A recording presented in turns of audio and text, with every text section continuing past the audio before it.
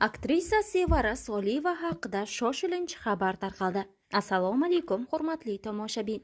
Kanalimizga xush kelibsiz. Videoroliklarimiz ostida bir dona like hamda podpisatsiya tugmachasini bosib qo'yishni yodingizdan chiqarmang. Poyma-poy, Chol va Nabira, Yoshsiz yil, Tilim qursin kabi filmdagi rollari bilan tomoshabinlarga yaxshi tanish bo'lgan aktrisa Sevara Soliyeva haqida ijtimoiy tarmoqlarda kutilmagan xabarlar tarqaldi.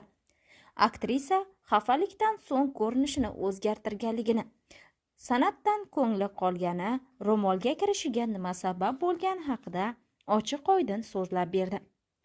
Kinolarda rol ijro etishni albatta sog'inaman, chunki yoshligimdan aktrisa bo'lishni orzu qilib harakat qilganman. Shuning uchun kasbimni sog'inaman va buni tabiiy holat deb o'ylayman. Mening hayotimda bo'lmagan, masalan, safarda yurgan yoki bemorligi tufayli sahnaga chiqolmayotgan har qaysi ijodkor ham baribir o'z kasbini sog'inadi. Kinodan butunlay ketishga qaror qilganman. To'g'risini aytsam, ro'molda ham kinoda rol ijro etish mumkinligi haqida eshitgandim. Seriallarda ham ro'molda rol ijro etayotgan ayollarni ko'rganman. Shu sababli bu narsa mumkin emas-ku deb o'ylaganman. Hattoki bir serialda ro'molda rol o'ynaganman, deydi aktrisa. Avvalo bu qarorga kelishim oson bo'lmagan. Hali ham oson emas. Tengdoshlarim, hamkasblarim unvonlar olayotganligini ko'rib, ularga havasim keladi. Yuqorida aytganimdek, kinoni baribir sog'inaman. Ba'zida nafs o'ylab qoladi. Endi bu tabiiy holat, lekin nafsni yengib sabr qilishni o'zimga shior qilib olganman. Bir narsadan sal xafa bo'lganman, chunki yurakdan rollarimni ijro etardim. Ko'rsatuvlarda qatnashib, davlat tadbirlarida ham qatnashardim. Lekin o'sha paytlari bular uchun mukofotlanmaganman. Hozir esa yoshlarni, hatto hali ungacha ijod qilib ulgurmagan blogerlarni ham taqdirlab, ko'nglini ko'tarishadi. Bizga vaqtida bunday munosabatda bo'lishmaganidan xafa bo'lganman. Chin yuragimdan rol ijro etaman deb uyda bolalarim bilan deyarli vaqt o'tkazmasdim.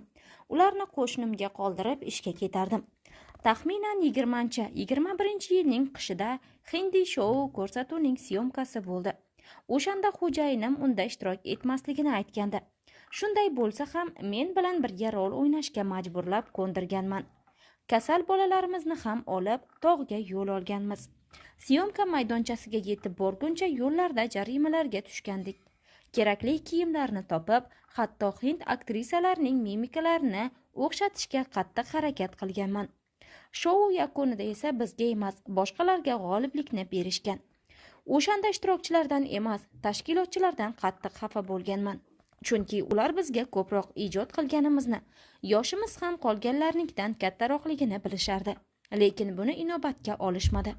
Shu holat menga juda yomon ta'sir qilgandi.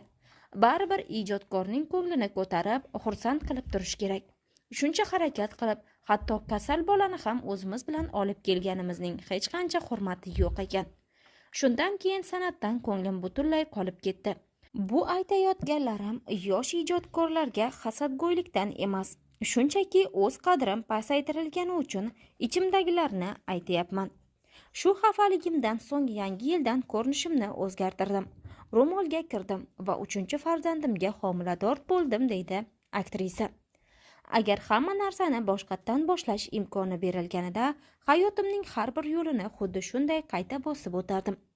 Faqat ro'mol masalasini yana bir bor yaxshilab o'ylab ko'rardim. Aslida, agar so'zini ishlatib bo'lmaydi. Shuning uchun taqdirimdan roziman va xursandman. Vaqtni orqaga qaytarib bo'lmaydi. Shunday bo'lishi kerak ekan, bo'ldi. Boriga shukr.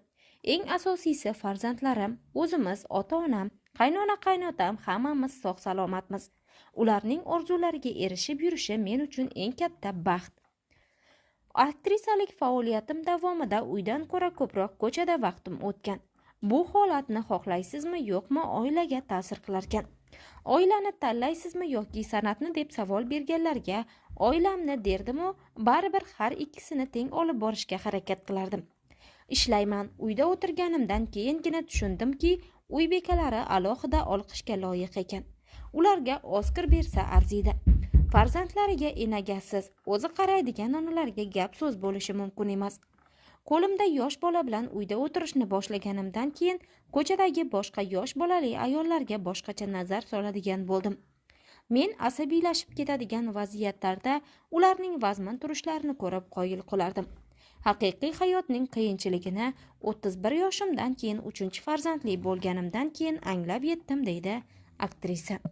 Kanalimiz ijodkorlari hamda tomoshabinlar nomidan Sevara Soliyevaga oilaviy baxt hamda sihat salomatlik tilab qolamiz.